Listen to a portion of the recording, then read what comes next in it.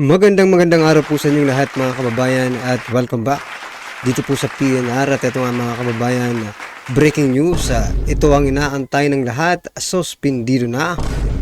Palasyo di nakapagpigil, pinatalsik ang Kongreso. Yan mga kababayan, patungkol po riyan ang ating alamin at bibigyan ng komento ngayong araw na ito. At ito na nga po, simulan na po natin to. Sawa na ang bayan ko sa magnanakaw na tao.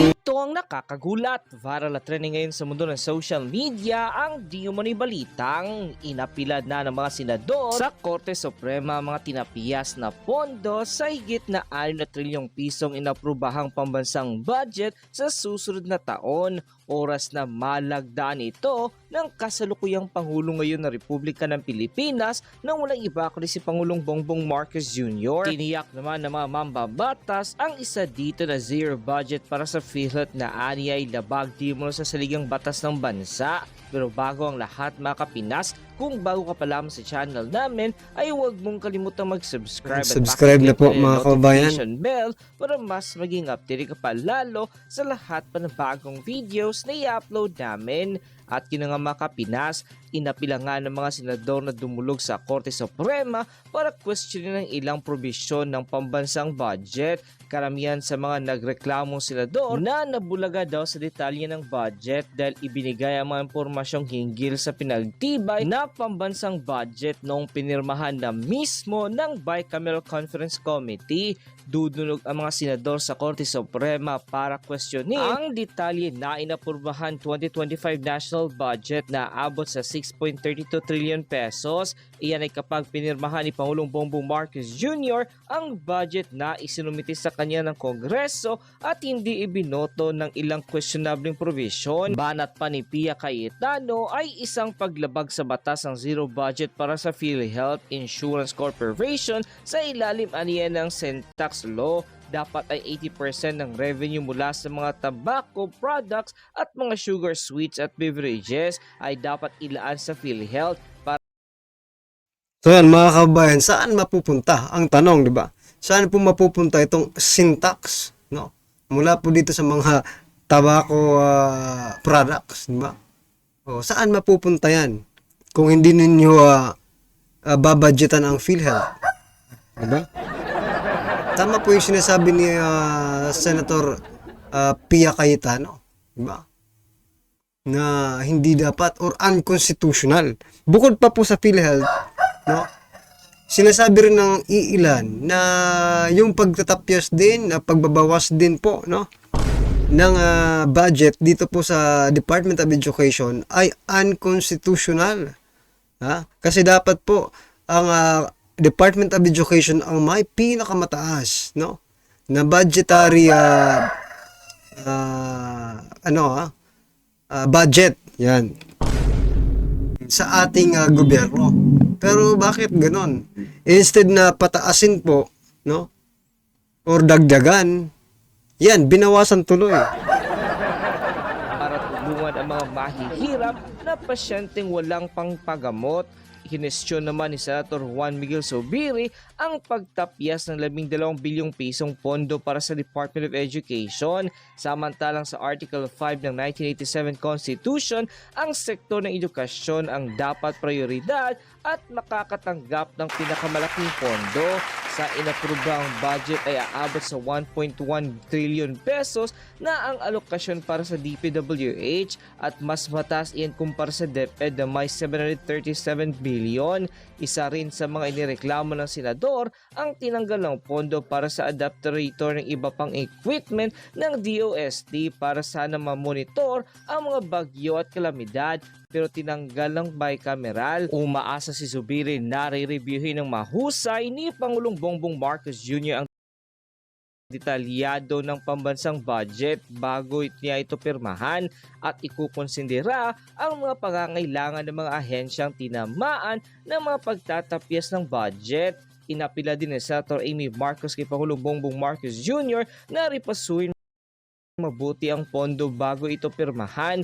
Pumalag si Marcos sa pagbabalik ng pondo sa ayuda para sa Kapos ang Kita Program or AKAP na una nang ipinagtanggal o ipinatatanggal ang pondo aniya kay lalabas batay sa mga referral ng mga kongresista at senador at walang malino na guidelines paano ito ipapatupad. Sa Merkules ngayong linggo ang huling araw ng session ng dalawang kapulungan ng Kongreso. Pero mungkahi naman ni Senator Amy Marcos kung rirepasuhin ni Pangulong Bongbong Marcos Jr. at magdesisyon na ibalik sa bicameral ang budget ay handa daw magtrabaho ang mga senador para baguhin ang ilang detalyadong particular na ang mga probisyon na ikinisyon ng mga mambabatas. Matapos nga lumabas sa balitang ito ay umani agad ang samot-sari komento at reaksyon mula sa marami sa ating mga kababayan at marami nga sa kanila ngayon ang hindi napigilan kanilang sarili na maglabas ng kani-kanilang hineng at komento sa mundo ng social media. The netizens posted,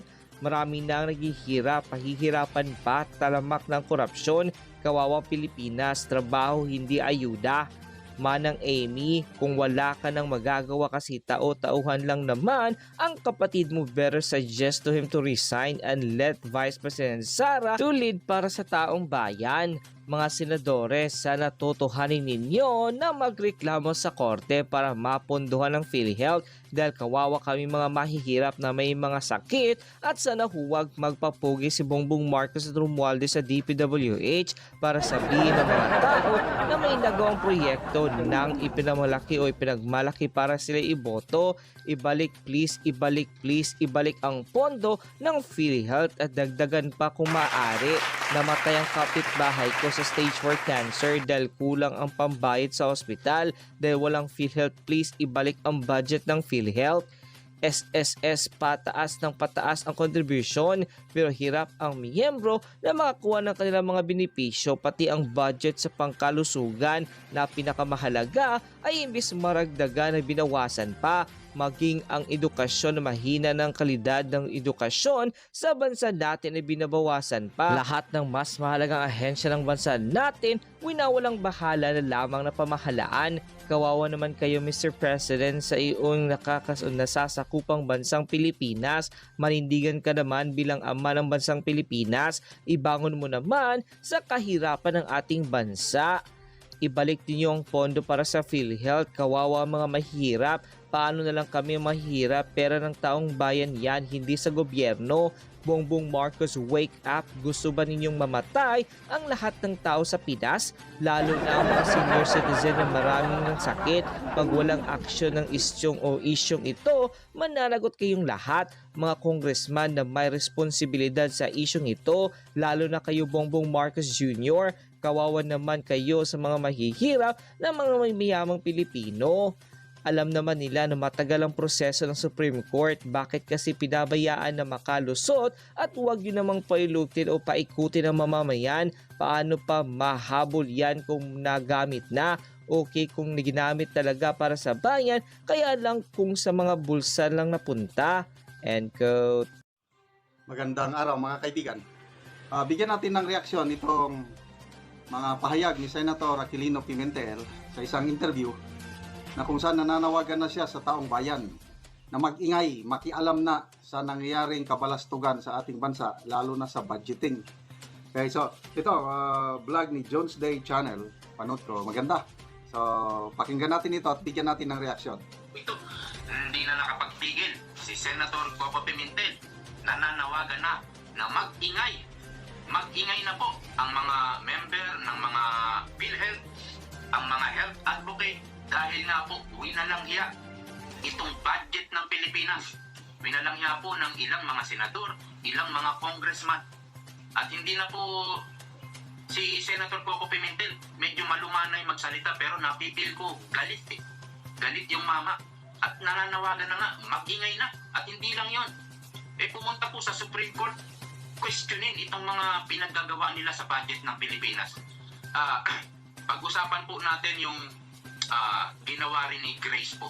Kaya po maganda pong pag-usapan yan. Pakinggan po muna natin itong interview kay Senator Coco Pimentel. Is that lawful?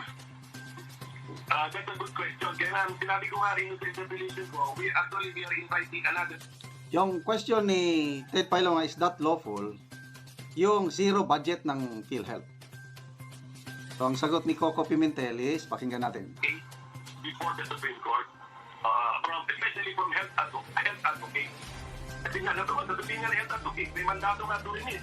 Hindi nun, siniro pa. Hindi lang sa binawasan, siniro pa. So, maganda tanong, it can be done. Kasi dalawang may papagaang batas. Isa about the budget, isa about tax collection and the health and the remittance for health. So yung pangalawa, very specific yung pangalawa actually. Para sa akin, mas specific law yung sinasabi mo na ito yung formula para ito yung halaga na ibibigay mo sa PhilHealth. Very specific yun kaysa sa budget law na general. So, wala na po sa tingin ko. Kailangan itanong na sa court kung pwede bang gawin itong ginawa ng Kongreso or ano na talaga. Mag-ingay na po ang mga matatamaang mga membro ng PhilHealth or ang mga health advocates. Ayun. Very So yan mga kabayan, mag-ingay na po yung mga PhilHealth contributors, PhilHealth members, no? Yan ha, galing mismo kaya Senator Coco Pimentel. Nako, palakpakan po natin. Ha? Eto nga eh, ha? Kung ito nga sila mga mambabatas na mga senador, no?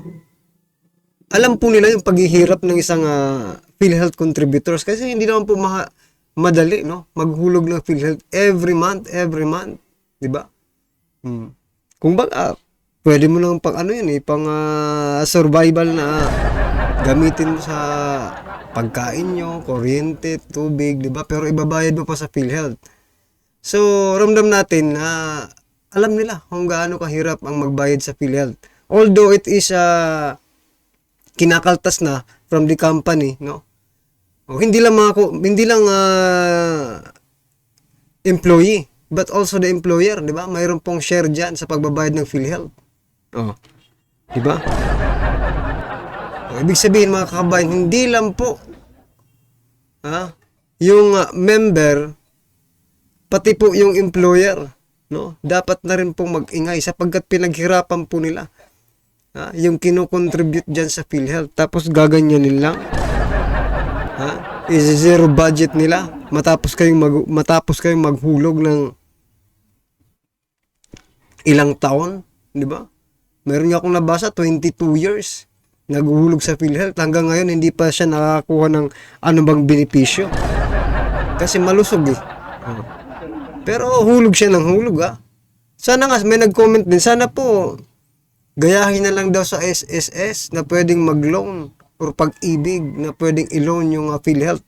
Kaso mga kababayan, hindi pwede yata eh, no? Yung mga benepisyo nila, wala naman nakalagay yata na pwede mag-loan. No? Gagamitin lang pag nagkasakit ka. mag-ingay na. Ang mga maapektuhan na PhilHealth members, tayo lahat eh. Under po sa Universal Healthcare Law, mandated po na lahat ng Pilipino member. May mga Pilipinos na hindi makakayang magbayad ng contribution, yung indirect contributors, mga indigent, mga senior citizen, mga persons with disabilities. Siniro budget.